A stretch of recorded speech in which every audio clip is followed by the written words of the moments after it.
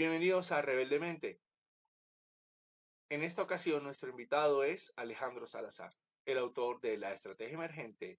Nos va a hablar de su más reciente libro, Colombia Ganadora, que es una aplicación de la estrategia emergente como una estrategia de país. Así que, aunque este episodio fue grabado en dos momentos diferentes, pues ustedes lo sentirán bajo un único formato. Así que los invito pues a encontrar las muy buenas ideas de las que hablaremos hoy en un episodio que estoy seguro no los dejará indiferentes. Bienvenidos al podcast Rebeldemente, el podcast de las buenas y las nuevas ideas. Hoy nos acompaña Alejandro Salazar, un autor reconocido en los temas de estrategia, autor del libro La Estrategia Emergente y actualmente, recientemente ha publicado su libro Colombia Ganadora, del cual vamos a hablar hoy. Gracias, Alejandro, por estar acá hoy. Muchas gracias, Jaime. Muy contento de estar contigo, pues, y de tener acceso a una audiencia caribe. Pues yo sé que tienes audiencia en todo el país. Y entonces, pues, hombre, como además tenemos formaciones intelectuales similares, más divertido. Así es. Para los que no están relacionados con la estrategia emergente, a lo largo del podcast vamos a estar repasando algunos elementos que van a servir para familiarizarnos para aquellos que aún no lo tengan. Pero nos vamos a concentrar en Colombia Ganadora, una estrategia de país. Y arranquemos con unos elementos claros, y es que la estrategia, en el concepto de la estrategia emergente, la estrategia se trata del presente, no del futuro. La estrategia se trata sobre relacionarlo con el entorno en un espacio y lugar único. Así que, teniendo en cuenta o teniendo eso en mente, Alejandro, cuando hablamos de una estrategia emergente para Colombia, no podemos separarnos del ejercicio que se hizo hace algún par de años para Antioquia, llamado Antioquia Emergente, el cual pues tuviste la oportunidad de participar y coordinar pues, con personas representativas del sector industrial y comercial de Antioquia. ¿Qué enseñanzas no te trajo ese proceso que tú crees que podamos replicar en otras regiones del país similar a ese que se vivió para Antioquia? Muy bien, buena pregunta. Mira, primero hay que decir esto, parte de las ideas fue muy global, un intercambio de regiones, no de países. Los países, en el sentido que uno los conoce, no son realmente los protagonistas de la economía global. Y sencillamente por ver los últimos 30 años. Ellos han prosperado países pequeños, llamo yo en el libro, los países latinos en los últimos 30 años han sido Panamá, República Dominicana, Uruguay, ninguno de los países grandes, o los países grandes, cuando tú escuchas, por ejemplo, de China, Brasil, ganan, pero realmente de nuevo, son muy grandes para ignorarlos, y dos, porque los que ganan son algunas regiones de esos países en grande. Estados Unidos, por ejemplo, se sabe hace muchos años, Estados Unidos no es realmente competitivo en nada, ¿cierto? Es decir, tú tienes el norte de California, tech, el sur de California en media, Nueva York, Connecticut en finanzas, el sur de la Florida en turismo. Entonces, la lección grande es que lo primero que hay que empezar a pensar es, hay como dos premisas. Nadie se hace exitoso sin conectarse a la economía global e intercambiar valor con ventaja, porque tiene que ser el intercambio de valor ventajoso, está en la ciencia de la estrategia emergente. Digamos, competir en el mundo, competir es encontrar cómo intercambiar valor ventajosamente a una compañía, al nivel de una compañía, típicamente lo que tú y yo hemos practicado toda la vida, pero crecientemente a nivel también, por ejemplo, de un país o mejor de una región. La segunda es que cierto, ya lo dije, la economía global es un juego de regiones. Entonces, tu pregunta, la lección más importante es, oiga, es muy difícil en esos países atrapados en la mitad como Colombia, que ni son grandes como Brasil, China o Estados Unidos, ni son pequeños y compactos como Uruguay, Panamá o República Dominicana, es muy difícil hablar de una estrategia nacional, ¿sí? Y entonces uno tendría que más bien imaginarse pedazos de Colombia más compactos, ¿cómo ganarían? Y el mejor caso, pues, sería Antioquia. Yo creo que el segundo vendría siendo ustedes en el Caribe, pero Antioquia es es casi que un mini país, que uno lo puede comparar con países, cualquiera de los que he mencionado. Es un país, por ejemplo, en el ejercicio nosotros usamos una inteligencia artificial para que nos diera el país más próximo dentro de la zona, digamos, dentro de los diferentes ejes de tamaño, ingreso per cápita, índice de desarrollo, todo. Y por ejemplo, nosotros creemos que Antioquia extendido, no el departamento de Antioquia, sino el país sísmico que tiene Colombia embebido, sería un país comparable a Portugal. Y Europa es mejor. Entonces, lo que hicimos en Antioquia Emergente fue pensarlo así, primero que todo. Esa fue como la primera premisa de salida. La segunda, en ese ejercicio encontramos muchas de las cosas que después encontraríamos y desarrollaríamos en el caso de Colombia. Básicamente que el futuro está en el norte, en Norteamérica, que Antioquia, igual que Colombia, es mejor intercambiador de valor que exportador, que en el mundo exportador realmente es más que todo un long tailor, que más que competidor de México es complementador de México. Esos unos patrones y arquetipos los encontramos. Y también pues encontramos que había ciertos dimorfismos, es decir, Antioquia tiene, Antioquia es Colombia, pero es suficientemente distinto del resto de Colombia en muchas dimensiones críticas, capital social, por ejemplo, cohesión. Entonces, esas ideas las llevamos. Ahora, esas ideas no eran nuevas de allí. Yo te tendría que decir, como lo digo en el libro, que los antecedentes de ese pensamiento se remontan a los 90, cuando a los que nos tocó trabajar en competitividad nacional, rápidamente aplicando las teorías originales de Mike Porter en eso, nos dimos cuenta pues que la competitividad nacional era muy, muy difícil siquiera de definir. Y mira tú que la historia terminó siendo, ahí empezaron los esfuerzos de regionalización y de clústeres, que todas en última les llevan a uno a pensar. Entonces Colombia, en general, es mejor pensado como una serie de países, 9 países, digamos. 9 países compactos, 9 repúblicas dominicanas, uruguayes, panamás, una sola Colombia romántica, rara, o, o 30 departamentos que no mucho se.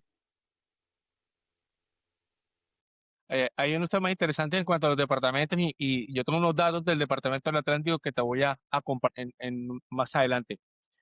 Mira que ahora que hablaste de que entendernos como una región de varios países, en el fondo, pues el mismo Caribe, nosotros nos vemos a veces como tres mini países. O sea, una cosa es el litoral, otra cosa es sabana y otra cosa es el interior y el desértico. Vemos como 3 o 4 grandes regiones que somos muy diferentes entre sí con diferentes tipos de riqueza. Una tesis muy interesante de tu libro es que enlaza la teoría del crecimiento o el desarrollo institucional con el tema tecnológico y con los avances económicos y tecnológicos. Y es inevitable pensar en las diferentes olas de la revolución, de revoluciones industriales que hemos tenido, desde la básica del vapor, la electricidad, el microchip y ahora la inteligencia artificial. ¿Cómo se enlaza? ¿Cómo uno podría explicar que un desarrollo tecnológico lleva a cambios institucionales o cambios tecnológicos llevan a cambios institucionales? En lo económico parece fácil de entender, pero ¿cómo en lo institucional? Nosotros lo que decimos es que no hay ninguna anestesia, que Colombia es regido por el ciclo de Estados Unidos. Eso, como no lo voy a debatir acá, hay gente a la que le molesta y la gente que le molesta eso, pues puede ya dejar de ver el podcast y it's over y listo, se acabó el debate. Creo que nosotros hemos tenido un problema identitario muy grande, porque a nosotros nos habría fascinado que eso fuera Europa. Acuérdate que los latinoamericanos todos estamos esperando, hay una gran cantidad de latinoamericanos que esperan la derrota americana en cada turno, ¿no? Hubo unos que se quedaron extrañando que no hubiera perdido la Guerra Fría y entonces, o la Segunda Guerra Mundial, siempre están esperando. Ahora están esperando que China, pero después podemos hablar de eso. Pero lo importante es que Estados Unidos, que es muy fascinante, nosotros hablamos a diferencia pues de la gente esta de Klaus Schwab, pues de Suiza, del IMD, de esta gente, uno podría hablar de 6 revoluciones, estamos saliendo, terminando la 5ª revolución tecnológica y entrando a la 6ª. Para que te ubiques, la última dura más o menos 50 años. Desde la segunda, Estados Unidos empezó a ser protagónico. Es decir, la primera la hizo Inglaterra, la segunda más o menos la hizo Inglaterra y de ahí en adelante las ha liderado Estados Unidos. Pero voy a constatar el primer elemento de tu pregunta. La tecnología permite reorganizar la vida y la reorganizada de la vida es lo que cambia los números. Me explico. La distribución eléctrica, que es la tercera revolución industrial en esta medida. Yo estoy usando la medida, el ciclo de George Friedman, como dije, no el ciclo típico de esta gente de Suiza, de Klaus Schwab. Cuando tú miras eso, te das cuenta que la revolución, la distribución eléctrica, pues, produjo una reorganización de la vida. O sea, pues, fue el comienzo de lo que se llamó el hogar en red. En esos 50 años, tú sabes que el mayor crecimiento económico de Estados Unidos y por ende del mundo fue entre 1870 y 1940. Ahí básicamente entran en pleno eléctrica. La consolidación de las grandes fortunas. Claro, estuvo también todo eso que permite reorganizar la vida. O sea, básicamente en esos 50 años la gente dejó de cargar agua, dar agua, o las o vivir a fincas. La tecnología le cambia la forma como la gente vive, es lo único que permite no de vida, cambia la productividad y nos enriquece. Entonces, esas están ahí, imaginémonos que hay, porque esa es la segunda tesis del libro, ¿cierto? La primera tesis del libro es Estados Unidos nos rige, y la segunda tesis del libro es Estados Unidos está en un tremendo cambio de era, además doble. Sigo mi argumento. Estados Unidos ha tenido también superpuesto con ese ciclo tecnológico e interactuando con él, ahora elaboramos y exploramos tu pregunta, unas eras institucionales, que ya no son acerca de cómo organizo mi vida, ¿cierto? Que es lo que la tecnología, ¿cierto? Nosotros hoy en día tenemos una vida muy distinta a la de nuestros papás, por poder hacer esto que estamos haciendo. Hay 3 eras institucionales de más o menos 80 años. Esas han regido la relación del Estado americano, en particular el Estado federal americano, con el ciudadano. Más o menos ha habido 3. La primera, la independencia, duran 80 años. La segunda, el ascenso del Estado federal después de la Guerra Civil. Y la tercera, el ascenso del Estado o el Imperio Occidental después de la Segunda Guerra Mundial. Entonces, ¿qué pasa? Si tú le metes años 45, ¿qué te da? Estamos llegando ya al final de esa era. Pues si tú le metes a 1845 y más o menos 50 años, 1970, la era de la computación personal. Microsoft se fundaba en 1945. Entonces, estamos en un doble cambio de pronto, es un síntoma de eso, doble cambio, parecido. Sí, es una tesis bien interesante. Y eso me hace recordar una cosa que yo escribí en el epílogo de mi libro Si Descartes fuera gerente, cuando hablaste del tema de las revoluciones, porque yo hablo de que uno de los temas que yo analizo es cómo las revoluciones en el fondo no son aceleradores, sino sencillamente ese es el ritmo de las cosas. Nos gusta llamarlo revolución, pero es el ritmo de las cosas. Y una de las cosas que descubrí como una coincidencia después de varias lecturas es que aunque nosotros nos inspiramos en la Revolución Francesa, a su vez la Revolución Francesa estuvo inspirada en la Revolución Americana, porque resulta que hubo soldados franceses que apoyaban a las milicias locales de Estados Unidos para combatir a Inglaterra. Y cuando esos soldados franceses vuelven a París y dicen, bueno, pues si ya pudieron derrotar, aquí también podemos hacer un cambio. Y ahí surge la Revolución Francesa. Ya es bien interesante y cómo entonces luego eso es lo que nos inspira a nosotros y en el cual llegan luego los ingleses a decir, bueno, vamos a ayudar a esta gente a que se independice contra España. Ya me hicieron la maldad a mí, ahora la hago yo a ellos. Es bien interesante. Exactamente. Ahora, bueno, estamos, para el momento que se graba este podcast, le acaban de informar a Colombia que nos acaban de certificar, nos acaban de dar un waiver ahí de un castigo bajito, pero es castigo al fin y al cabo. Matrícula condicional. Claramente, es una matrícula condicional, así una anotación en el libro amarillo. No aguantamos otra. Así es. Pero uno de los temas que tú manejas ahora que hablaste del Estado como plataforma, precisamente un elemento que planteas es el cómo plantearle al Estado que piense como un startup. ¿Sí? Es decir, cómo hacer que el Estado, incluso tú en la estrategia emergente lo mencionabas, todas las estrategias de las startups son emergentes. las empresas grandes dejan de creerse startup y cuando se creen grandes, entonces es cuando se aniquilosan. Y entonces pensamos en el Estado, en ese gran barco, y hago otra reflexión acá. El Estado colombiano es ese gran barco que se mueve por inercia, que ni puede ir más rápido porque no pesa mucho, no podemos ir hacia un desarrollo porque pesa mucho, pero tampoco se puede retrasar tanto porque pesa tanto que a un gobierno malo no puede retrasarlo tanto Exacto. por lo mucho que pesa. Entonces, ¿cómo implementar una mentalidad de startup en el Estado colombiano? No, mira, un punto muy importante y la primera pregunta es que acuérdate que así como la gente, los colombianos nos enseña que Antonio Nariño, que la Revolución Francesa, como vimos confundidos con todo eso, la otra cosa que casi que pregúntale a alguien en la calle, casi que todo el mundo está confundido es que la estrategia de Colombia es la estrategia del Estado colombiano, eso no es cierto. El Estado colombiano no es Colombia, Colombia es Colombia. Y yo planteo una estrategia para Colombia. Y tiene que ser emergente. Entonces, la estrategia para Colombia es, hombre, Colombia gana, lo ganador de Colombia son una cantidad de organizaciones talentosas que ya están hoy intercambiando con el mundo. Ya están hoy intercambiando con el mundo particular. ¿Y qué es el mundo? El mundo para nosotros en la práctica es el norte. Habiendo dicho eso, acuérdate que la estrategia emergente se construye. ¿Qué pasó? ¿Qué hiciste? No qué querías que hubiera pasado. Los últimos 30 años, cosas muy interesantes. Cuando abrazamos, ¿cierto? En el tránsito del Estado operador al Estado regulador, Colombia fue el país más exitoso de América Latina. En el tránsito del y por eso terminamos haciendo cosas muy importantes, por ejemplo, pasar de tener racionamiento eléctrico a ser la meca de muchas compañías multilaterales de energía, por decir muchas cosas. Entonces, en el tránsito último, ¿cierto? De la última era tecnológica, que fue la era de Reagan, los 80 en adelante, que terminó volviéndose a apertura para nosotros y la acción del 91 y todos esos últimos shocks. Nosotros fuimos un país exitoso pasando de un Estado operador a un Estado regulador.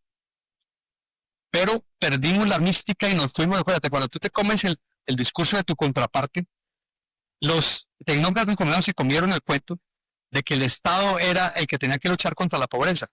Y fueron creando un Estado enorme y ahora se quejan de que entonces llegó el jefe, el Chief Poverty Officer, el CPO de Colombia, y les quitó el Estado. Ok, en esta segunda parte del podcast vamos a arrancar con una pregunta que es frecuente en tus libros, en tus textos y en tus intervenciones sobre el tema identitario. Hablemos de el concepto de identidad como base de una estrategia emergente de país. Al respecto, ¿cuál es la visión que hay sobre cuál es la identidad para Colombia? Mira, la identidad es esencial en la estrategia. Es decir, la mayoría de los errores en estrategia, las infinitas o múltiples formas en que uno sale a perder y no a ganar, parten muchas veces, la mayoría de las veces, de una identidad equívoca. Eh, en mi crítica a la planeación estratégica, creo que la mayoría de las compañías se equivocan porque tienen planes para hacer otra compañía. Entonces, en general, la identidad está en el centro de la estrategia. Y la identidad, como todo en la estrategia, es emergente. Uno debe evitar la identidad nostálgica y debe evitar la identidad aspiracional. Cuando uno lo lleva al país, pues Colombia es un caso texto de eso. Colombia lucha, la mente colectiva de los colombianos, nosotros los colombianos, luchamos con yo hablo de un espejo roto, con unos elementos de una identidad nostálgica. Entonces nos dicen que Colombia es un país campesino y que el destino está en el campo y que del campo viene todo. ¿Cierto? ¿Cierto? Hasta la guerrilla, ¿no? Dicen pues que la FARC se originó pues porque a Tiro Fijo le robaron unas gallinitas en el Tolima. Que el futuro de Colombia está en el campo, que Colombia es un país rural y agrícola, todos esos temas se los viven diciendo a uno, identidad nostálgica, o a uno o nos plantean que lástima que no fuimos Corea, que les ayudamos en su guerra, pero que mire que ellos se desarrollaron y nosotros no, y que entonces nosotros lo que tendríamos que tener es un plan asiático, porque pues mire cómo le fue a Corea. Y así son usted que trabaja en compañías, pues sabe que así es la misma cosa. Yo pues vivo entre cosas que los fundadores ya no pudieron mantener y aspiraciones a convertirme en Google o en Amazon o en cualquiera. Entonces la identidad realmente es emergente. Entonces lo que yo propongo en el libro es que entendamos de forma emergente, es decir, no aspiracional ni nostálgica, resultado de lo que ya está pasando, quiénes verdaderamente somos los colombianos y qué es Colombia. Y planteo 10 rupturas de identidad. Por ejemplo, Colombia no es un país campesino, cada vez es menos campesino, todavía tiene una percepción campesina, pero para que usted tenga una idea, Colombia ha pasado de más de 30% de población campesina a comienzos de los 90, en la última fase que yo estudio a fondo, y hoy en día estamos en cerca del 11%, no se consiguen, nadie quiere trabajar en el campo. Esa idea bucólica, nostálgica, no es cierta. Entonces, Colombia realmente tampoco es un exportador de manufacturas como Corea. Lo que Colombia sí es, y los números lo avalan, es un intercambiador de valor. Cuando usted se quita la tara de que todo lo que tiene que exportar son cajitas y empieza a mirar los intercambios de turismo, de gerentes, de inversión, entonces en cambio Colombia se vuelve un país muy interesante. Entonces lo que yo planteo es que se abrace esa identidad emergente. Por ejemplo, una muy importante, que creo que le va a gustar mucho a los caribeños y a los barranquilleros en especial. Nos han vendido la idea de que Colombia es un país suramericano. Era un país suramericano, ¿cierto? Detrás de Argentina, Brasil, o nos hablan inclusive del latinoamericano, ¿cierto? De la visión bucólica, volvamos a nuestros orígenes indígenas, reparemos el genocidio o el daño español, toda esa cosa está allí. Inclusive en la última gran era de Colombia, la primera fase, somos un país andino, somos el país más grande de los países andinos, y eso es bonito. Y entonces hacíamos comercio con Bolivia, Ecuador, Venezuela no le interesaba mucho porque era petrolero. Estoy planteando allí que nosotros tenemos que reconocer que somos un país norteamericano. Eso le va a dar muy duro a mucha gente. Creo que le va a dar mucho menos duro a los caribes. Porque Colombia es un país caribe y Caribe es el mare nostrum de Norteamérica. Caribe, y ahí no lo digo por eslogan o por ensoñación, sino que en la nueva era que estamos enfrentando, ¿cierto? Trump es un síntoma de ella, Petro es un síntoma de ella, la era llegó para quedarse más allá de Trump o Petro, vamos hacia una era norteamericana, una era postglobal donde se va a concentrar y tenemos la fortuna de estar en el diamante norteamericano, que va a ser la zona de más prosperidad, la tierra de promisión. Entonces, hombre, en esa era sí que es importante que nos veamos como un país norteamericano. Hay un analista que yo cito que se llama Alan Bersing que dice que estamos entrando a la era del diamante norteamericano y el estado más importante al sur del diamante es Colombia. Colombia es el país con la más... Entonces, por ejemplo, Colombia podría ser el poder regional del norte de Latinoamérica en la era del diamante norteamericano. Pero para eso tenemos que dejar de añorar, abrazar, esperar, ¿cierto? La llegada, pues, de nuestra gran salvación y retorno al origen del hombre americano, ¿cierto? Y vemos, y interesantemente, el gobierno de Petro, pues, es una obra de teatro sobre eso. Entonces tenemos que volver, nosotros tenemos que reparar todos los crímenes energéticos que ha creado la clase humana, tenemos que volver sobre los orígenes del hombre americano.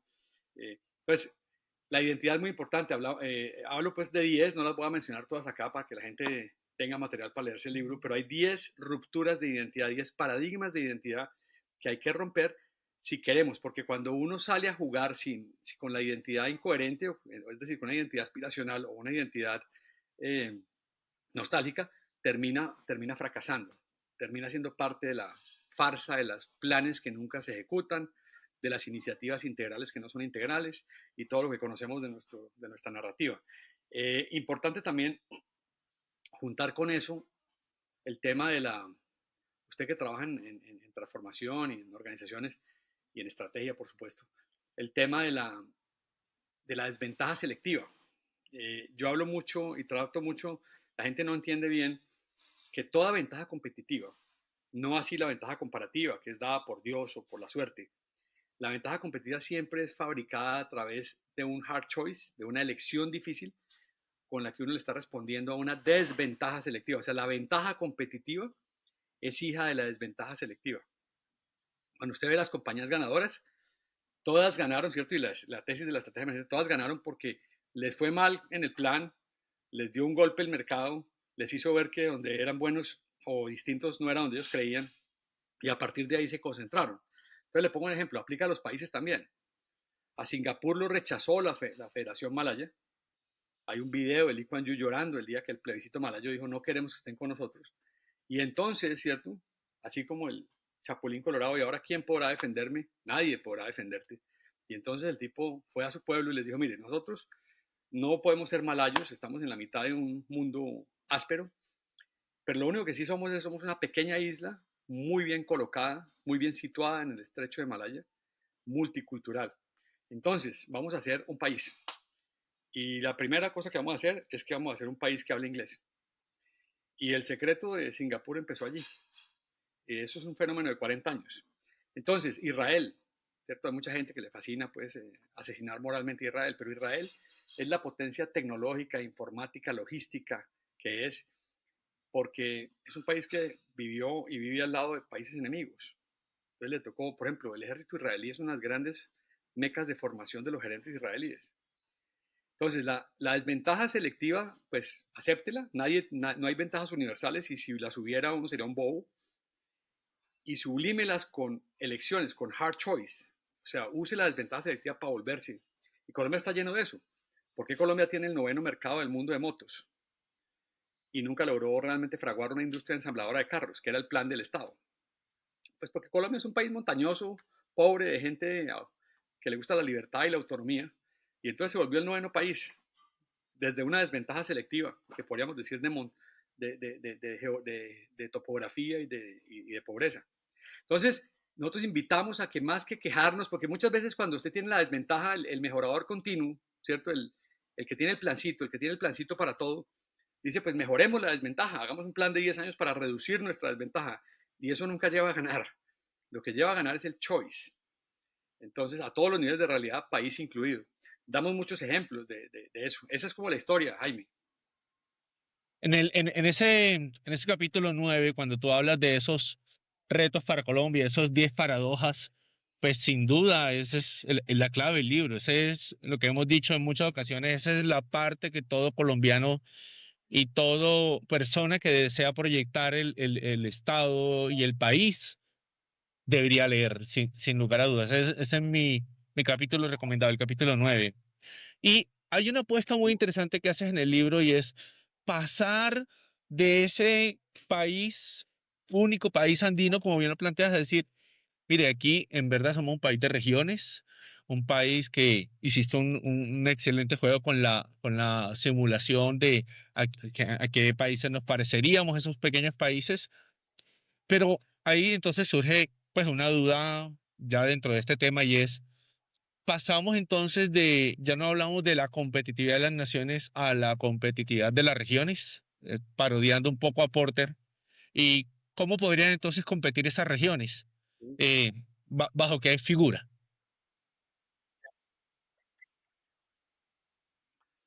Mira, sí, es decir, la economía global es una red de regiones, de ciudades-regiones, no es de países.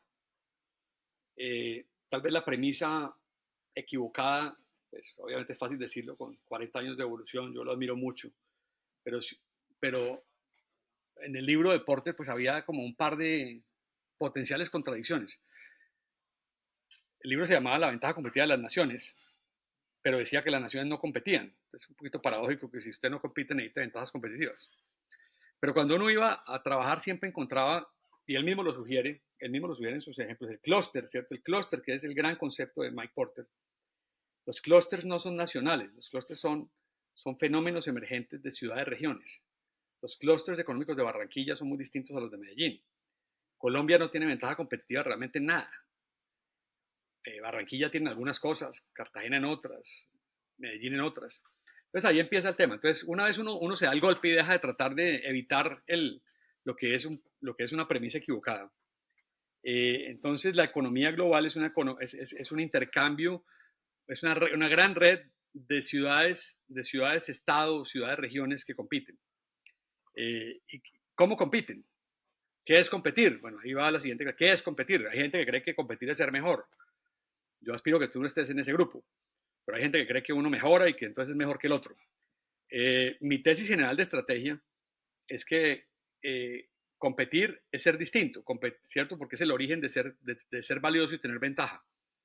Entonces, al final, las regiones, ciudades sí compiten, haciéndose relevantes y distintas y ventajosas en ese tándem. Y entonces, cuando eso se da, hay intercambio de valor. Hay intercambio de valor y el intercambio de valor explica la prosperidad. Yo siempre pongo el ejemplo. ¿Cuál es la diferencia entre un peluquero de de Bogotá y un peluquero de San Francisco. El tipo está peluqueando, en 15 minutos te corta el pelo y te echa un cuento y te hace 2 o 3 recomendaciones de champú y listo, es el mismo trabajo. Pero el peluquero de San Francisco, para efectos colombianos, sería rico. El de acá no. ¿Por qué? Porque en San Francisco hay unas industrias que compiten e intercambian valor dinámicamente con el mundo y enriquecen a todos. Los peluqueros de San Francisco no son exportables, pero el intercambio de valor de una zona donde la ciudad tiene ventaja enriquece a todo el mundo.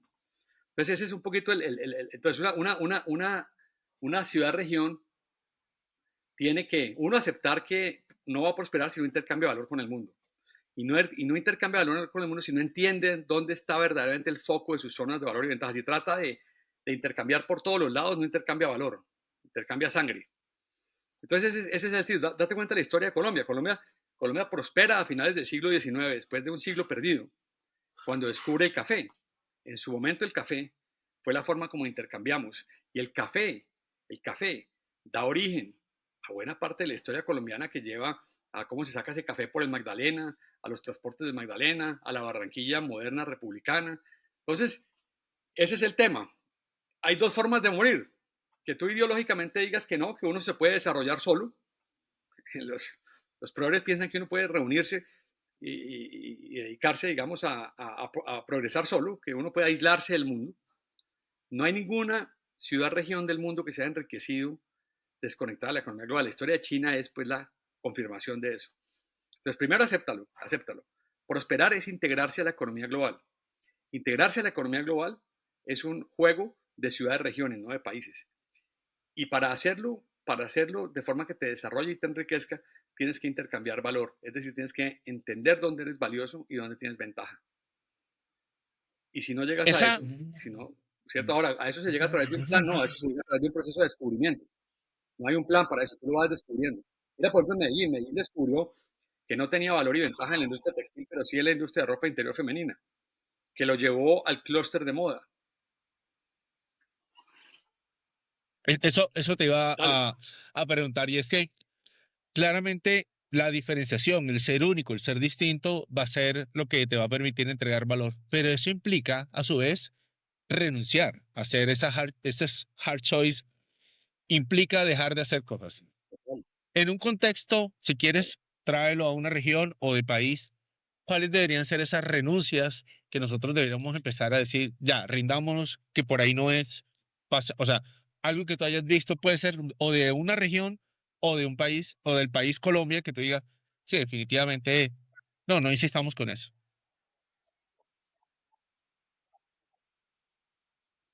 Bueno, no, a ver, en esencia, siempre que para tú ser valioso, tienes que concentrarte en la zona de valor a expensas de otras zonas. Entonces siempre hay implícito un hard choice.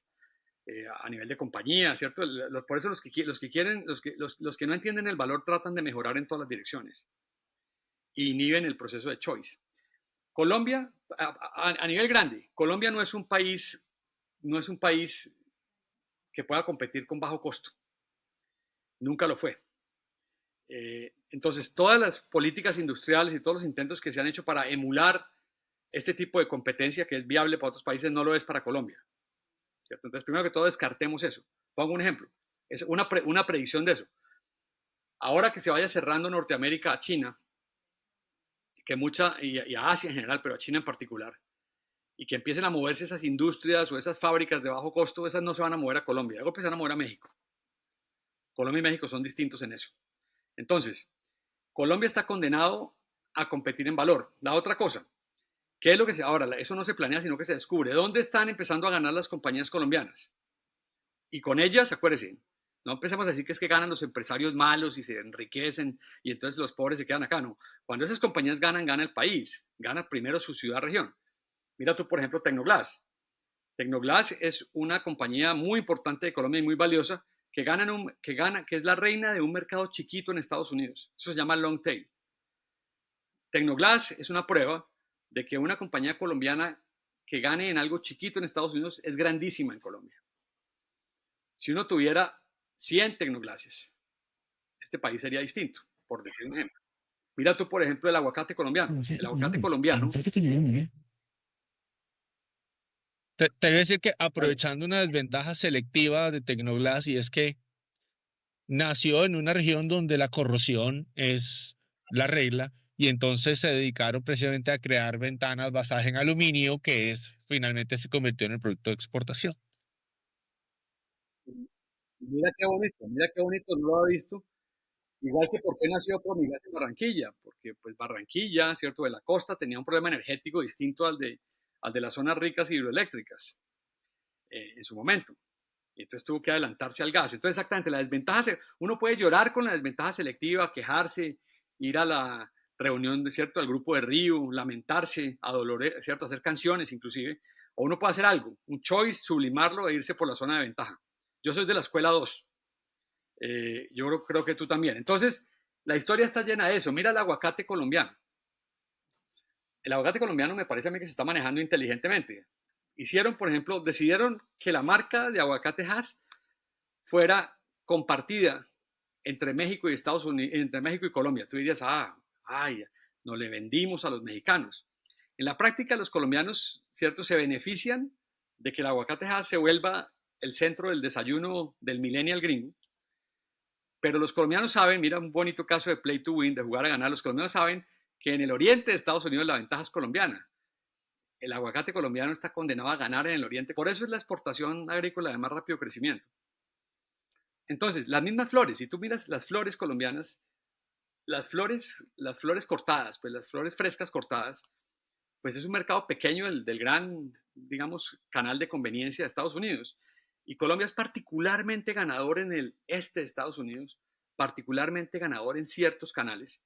Y eso da para una industria que emplea no sé cuánta gente en Bogotá, en la sabana de Bogotá.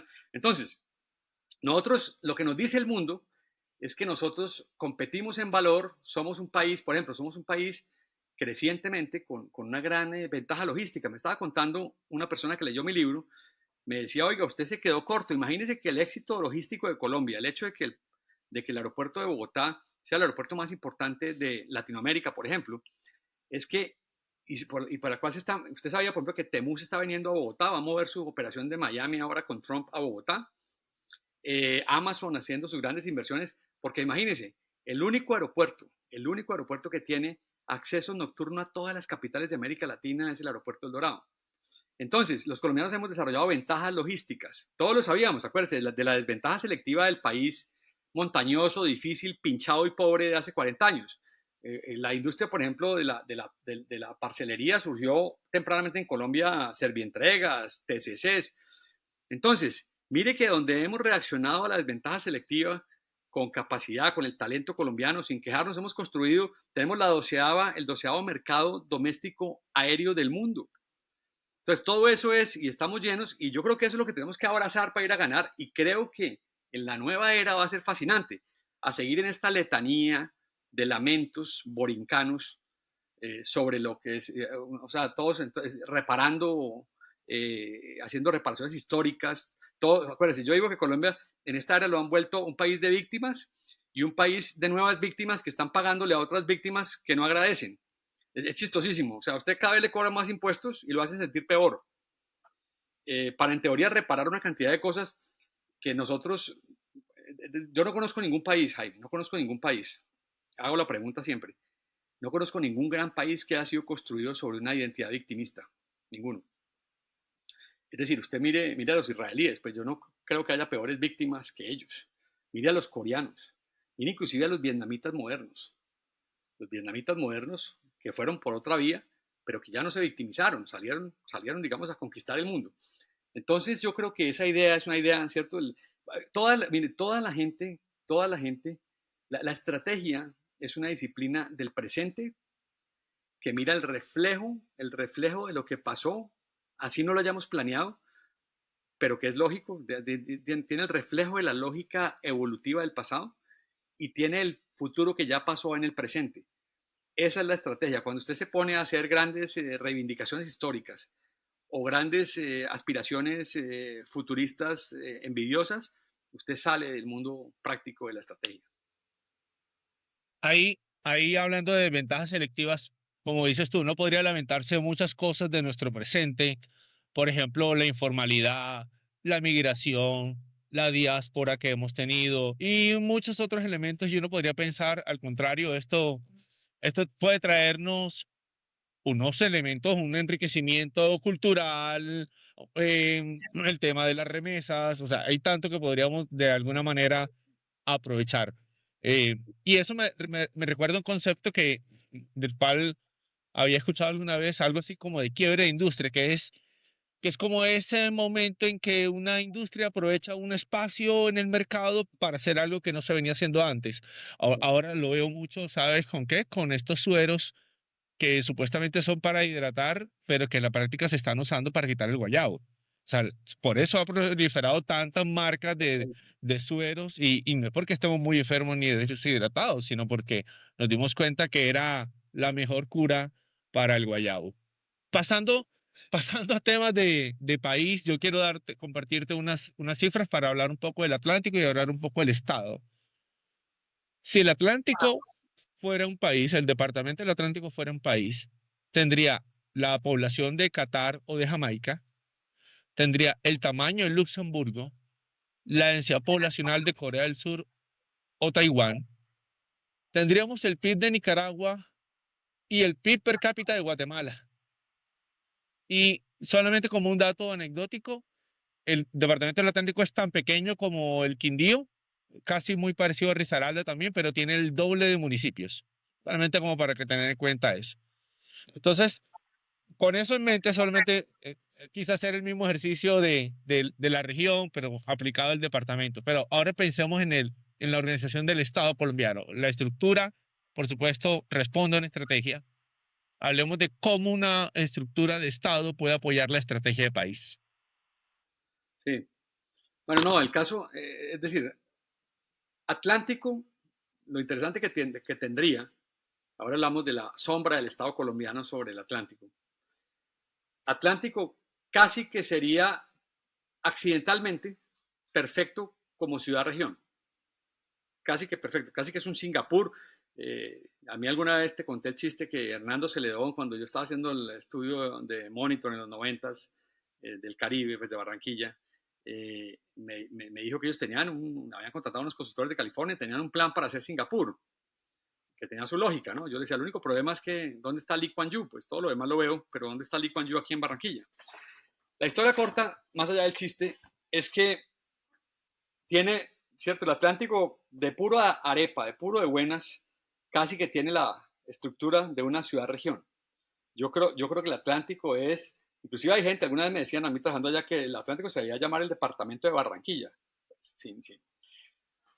Entonces, Bonit tiene una geografía natural, es un pequeño, ¿cierto? Es un sistema cohesionado. Esos números que me dan me impresionan. Es decir, tiene tamaños de muchas ciudades-estado exitosas, mencionaste varias, pero tiene tamaño económico de Nicaragua, un gran fracaso. Un gran fracaso. Por supuesto, entonces, ¿qué tiene que ver? Es una muy buena pregunta, porque tiene que ver con eso. Entonces, en Colombia, por ejemplo, exceso de municipios. Lo que tú acabas de decir, hombre, que ustedes tengan esa cantidad de municipios en ese sitio tan pequeño. Acuérdate, los municipios son el negocio de los políticos. Los situados fiscales son el negocio de los políticos. A eso les conviene la fracción. Entonces es medio triste porque uno dice, bueno, hay unos departamentos que a diferencia del Atlántico o Barranquilla no tienen esa lógica territorial y no harían ni siquiera sentido como entidades autocontenidas. Te pongo un ejemplo. Yo creo que el Magdalena Medio debía ser una gran ciudad-región y no ser, de alguna manera, la escorrentía de todos los departamentos que tienen su imaginación y su capital en otro lado. Entonces, el pobre Magdalena Medio es escorrentía de Antioquia, de Santander, de Cundinamarca, de Cesar, de Magdalena. Ridículo. Entonces, el diseño nuestro, acuérdate, nosotros hemos tenido un diseño político con orígenes, ¿cierto?, empujado por política, no por lógica económica, no por lógica global. Y después nos quejamos de que entonces el objetivo de todo el mundo es ir a Bogotá a la repartija. Inclusive el modelo del 90, pues es una repartija más sofisticada. Tiene más Excel de golpe, ¿cierto? Tiene más, pero es una repartija. Donde todo, y esa repartija, para que hablemos entre ingenieros, es centrípeta. es cómo se reparte uno una lechona. Mírese que Santos lo llamó mermelada. ¿Cómo se reparte una cosa de estas? Nosotros creemos que Colombia debía repensarse rápido, porque además ya está allí, y el caso de Barranquilla es un experimento natural, en unos mini países, unas regiones mini países. No estoy con eso proponiendo que se acabe Colombia, ni se acabe el pasaporte colombiano, ni nada de eso, ni que haya 9 ejércitos, no. Unas zonas económicas, porque cada vez más la economía global es acerca de zonas de coherencia económica, geográfica y social. Y entonces, por ejemplo, me queda clarísimo, nosotros proponemos lo que se llama Caribe Norte. Cuando un país como Colombia tiene 3 ciudades, 2 de ellas tremendas ciudades en el Caribe, que es el Mare Nostrum de la Nueva Norteamérica, que tiene unas ciudades, por ejemplo, con esas ventajas que exhibe hoy Barranquilla o que exhibe hoy Cartagena, que son distintas. Yo, por ejemplo, nunca he visto ninguna competencia entre Cartagena y Barranquilla. Barranquilla es un puerto de cabotaje de Cartagena. Es más, el aeropuerto de las dos ciudades va a quedar en la mitad. Ustedes van a ir allá para salir al mundo, es el hub de un gran, ¿cierto? Entonces va uno a tener una zona que tiene, oiga, esa zona vista así tiene un puerto fluvial, una ciudad industrial y comercial de inmigrantes moderna. Barranquilla no la conoció Bolívar, es la gran ciudad republicana. Y en cambio la otra es la gran ciudad colonial, que era hub logístico del sur y Norteamérica, y lo está volviendo a hacer, porque el puerto de Cartagena es sobre todo un puerto de transbordo. Y entonces dice uno, como dicen, ahora sí no tengo ninguna duda que si yo hiciera un país, nosotros lo comparamos con República Dominicana. Esos 11 millones podrían ser, ¿cierto? República Dominicana es el país de más crecimiento en los últimos 20 años. Entonces es mejor para Colombia hacer, es decir, volver el Caribe Norte República Dominicana y volver la Colombia ísmica, cuyo corazón es Antioquia. A nosotros los números nos da que se podría hacer un Portugal y los Andes centrales de Colombia, que son básicamente una Grecia económicamente con el aeropuerto más conectado. Y pensar así, que seguir fragmentando y seguir resolviendo. Acuérdese que usted que le gusta la teoría de sistemas como a mí, resolviendo el problema equivocado. La descentralización colombiana es cómo generar responsabilidad, capacidad local y coherencia en 1.103 municipios, de los cuales el 80% no hacen sentido. Y en 30 departamentos que tienen valores costumbristas. Le pongo un ejemplo. El Huila y el Tolima eran un gran departamento, antes se llamaba el Gran Tolima, o el Tolima Grande. Se separaron. En la práctica, si usted me pregunta a mí, yo que vivo en Cali, el Huila hace parte de ese país suroccidental, no del país central. De hecho, buena parte del café colombiano empieza a estar, acuérdense, el eje cafetero ya no es cafetero. El eje cafetero empieza a estar en el suroeste de Antioquia, en los municipios del valle para abajo, y los grandes municipios, los grandes departamentos hoy en día son la cordillera de Huila, Putumayo y Nariño. Mire que la economía no respeta fronteras, ahí es donde está el gran café colombiano hoy. Entonces yo creo que, volviendo, intereses políticos, paradigmas costumbristas, nos han llevado a una... Y por eso cuando la gente dice que hagamos la descentralización, pero hagámosla bien, o que mejoremos el proceso descentralizador, yo siempre que alguien dice mejorar, yo creo que entonces es un problema fundamental de qué es lo que estamos descentralizando. Y yo creo que siguiendo con la lógica global, entonces Colombia es un país que está atrapado en la mitad. Usted sabe que en estrategia eso es malo. No es tan grande como Brasil, China o Estados Unidos para imponerse, y no es tan compacto como República Dominicana, Panamá o muchos de los que usted mencionó para insertarse de una manera limpia. Es un país atrapado en la mitad. Entonces lo mejor es, cuando uno va a hacer los números, Colombia sería como 9 países. Nosotros listamos ahí. Colombia sería, y esto lo hicimos con una inteligencia artificial en múltiples dimensiones, así como usted hizo el ejemplo del Atlántico. Colombia es más o menos como tener, oiga bien, a Grecia, Portugal, República Dominicana, Uruguay, Paraguay, Surinam, Guyana y Costa Rica en un solo país. Sabe de cuentas, y tenemos una estrategia promedio para todos. Entonces, en promedio nos va mal. En promedio somos losers, somos perdedores, en promedio. Impresionante, impresionante. Sí. Si nos vemos así, a veces no somos ni conscientes ni del propio tamaño que tenemos. Colombia creo que es el país número 20 y algo en extensión, y es una cosa que nosotros nos parece todavía pequeñito en muchas cosas. ¿Cómo? Hablemos un poquito del papel del Estado, porque evidentemente eh, uno siempre se pregunta, o siempre tenemos la oportunidad de preguntarnos, por ejemplo, tenemos unas estructuras pesadas, tenemos unos departamentos que no hacen nada, tenemos unas asambleas de diputados que compiten con lo que hacen unos representantes a la Cámara, unos congresistas que gestionan presupuestos que deberían estar haciendo unos Sí, alcaldes, unas regiones autónomas que no, unas corporaciones autónomas que no corresponden a unas regiones autónomas. ¿Cómo superamos nosotros? Y además, y si le agregamos a esto, esa, este elemento de creer que para tener el control territorial necesitamos un Estado grande. ¿Cómo ganar el control territorial sin necesidad de pensar que necesitamos un Estado gigantesco? sí. No, a ver, yo voy a cortar varias capas de la cebolla a tu pregunta. La primera es confundir el país con el Estado. Mucha gente cree que Colombia es el Estado colombiano. Nosotros estamos planteando una estrategia de país. El Estado, el Estado es un aglutinador de capacidades como es el mercado. En el Estado y en el mercado hay capacidades para que el país prospere o no. Crecientemente el Estado ha desplazado al mercado. Nosotros, incluida la tecnocracia colombiana, hemos aceptado la premisa de que el Estado es el líder, quien produce y quien lucha contra la desigualdad y quien fabrica la prosperidad. Eso es falso. Entonces hemos construido un Estado grande y lo digo falso porque ahí están los números, ¿cierto? Igual que en estrategia, pues puede que no le gusten, pero esos son los resultados. Pues Colombia, inclusive me decía a mí un economista que ya hoy en día tiene números, el Estado colombiano es en algunas dimensiones y casi que en un todo mayor al argentino hoy en día, que es un bonito caso de un país fallido. Argentina era un país top 10 hace 70 años. Hoy en día es un país promedio, si no mediocre.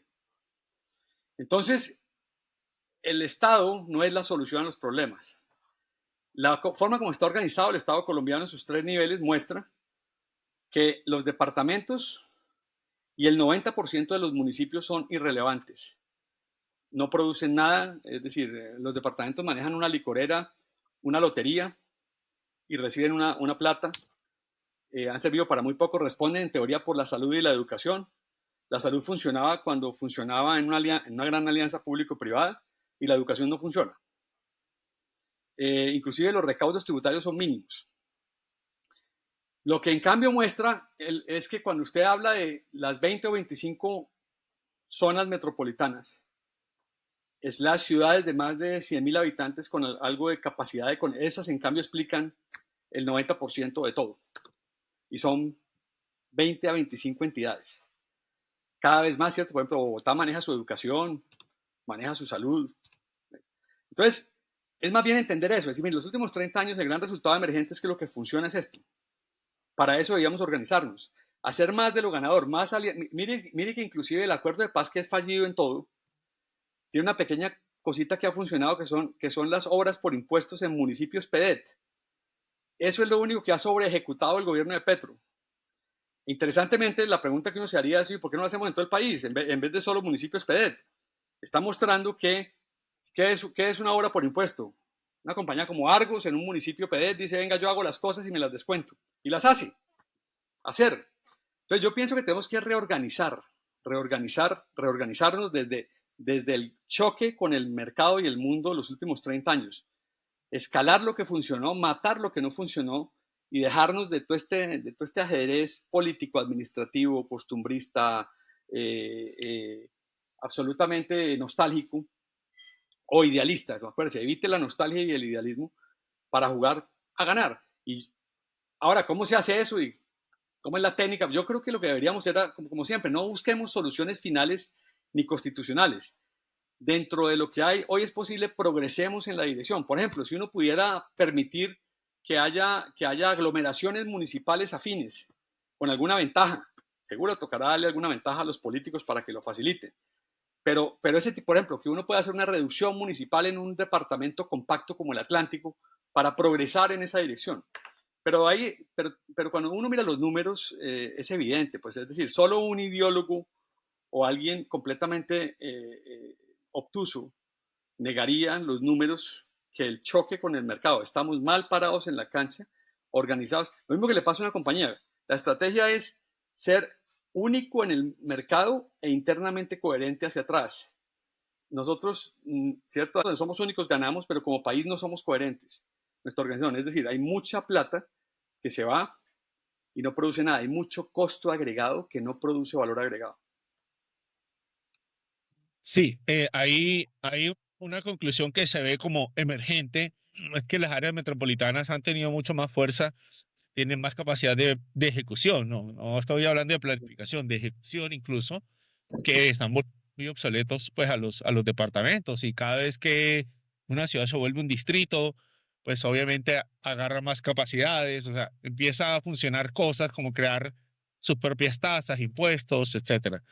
Eh, quiero que vamos a cerrar algunas ideas y quiero que hablemos de claramente en un enfoque que no es muy pragmático, pero que de todas maneras sí es romántico, idealista, y es la necesidad de hablar de una promesa o de un sueño colombiano, es decir, o de una realidad colombiana que sea atractiva para los colombianos.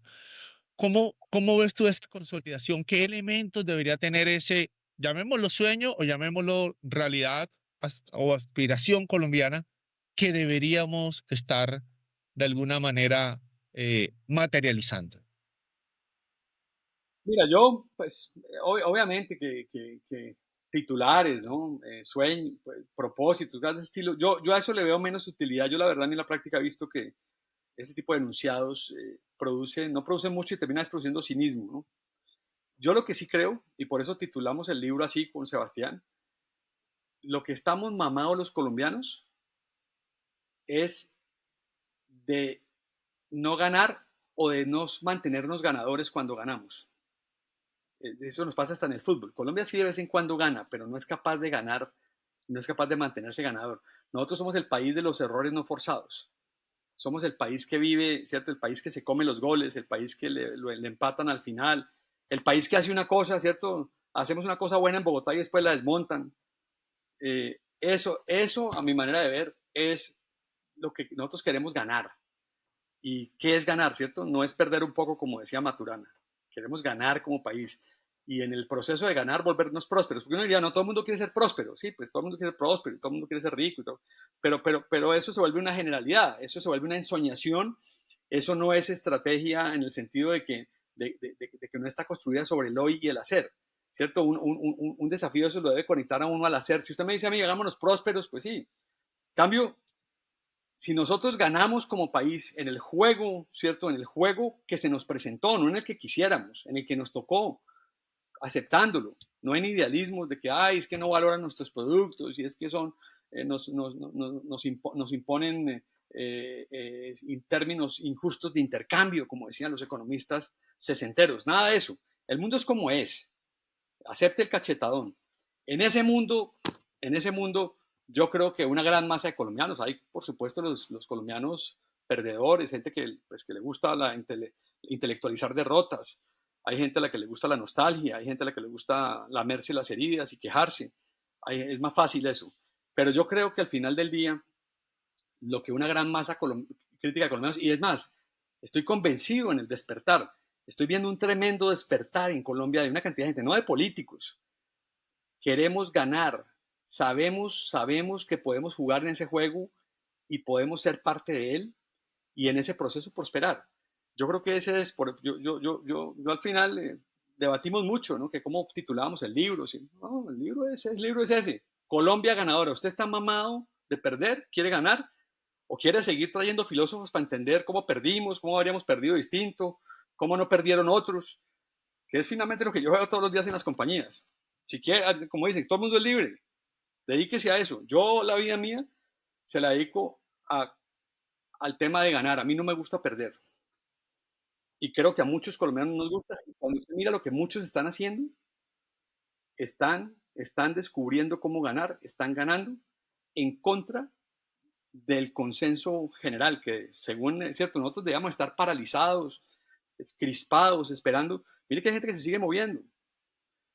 Por ejemplo, los poquitos números buenos de Petro, pues por supuesto no son de Petro. ¿Usted sí cree que el turismo es de Petro? ¿Usted sí cree que el éxito del agro de alto valor colombiano es de Petro? Esa gente sigue buscando. Cuando eso se comunique, cuando cada vez más gente se meta en eso, hay un día que nos vamos a olvidar, ¿cierto? De lo perdedores que fueron muchos de nuestros paradigmas por mucho tiempo.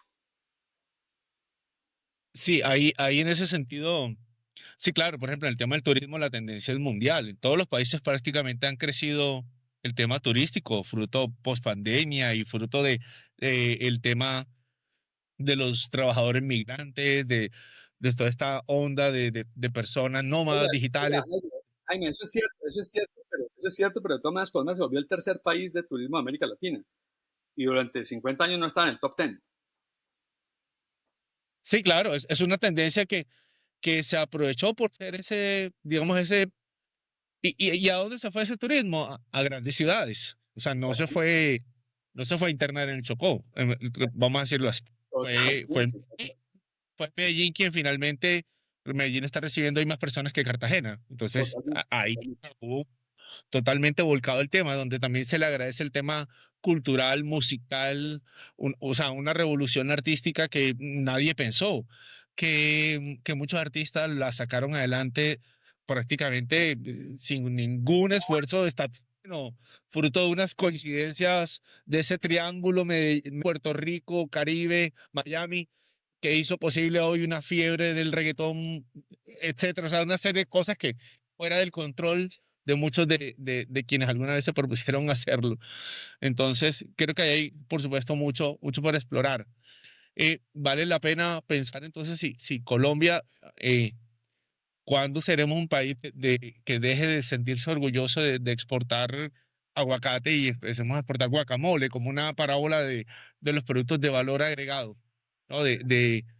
Yo todavía me sorprendo que en la noticia digo, salió el primer container de mango a Arabia Saudita. Yo, bueno, qué bueno hubiera sido que mejor hubiéramos exportado mermelada de mango, pero bueno, algo es algo. Entonces, un mensaje final, Alejandro, para tus lectores. El libro realmente se disfruta, es un libro muy recomendado. Yo, por supuesto, al final de este podcast dejaré el link para que lo puedan acceder y puedan mirar dónde entenderlo. Un mensaje final para tus lectores y en general todas las personas que nos escuchan. Pues, Jaime, mira, yo a tu último comentario diría que yo soy agnóstico a, hacia el valor le parece a uno sofisticado o no.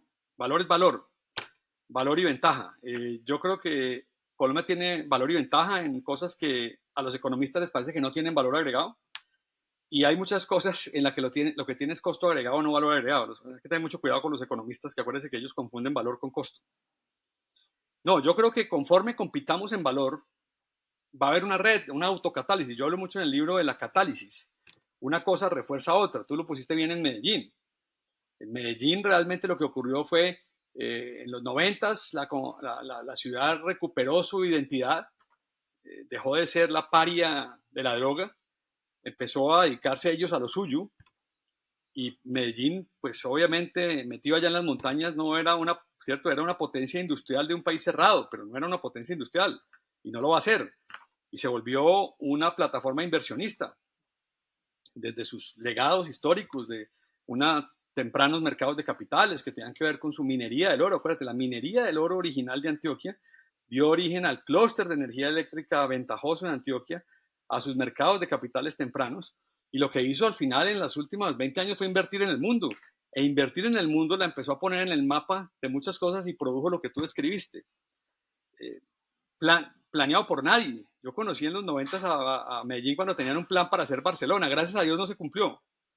Gracias a Dios Medellín fue Medellín. Todo el mundo tiene un plan para algo. Entonces la autocatálisis, hoy en día hay de todo, ¿no?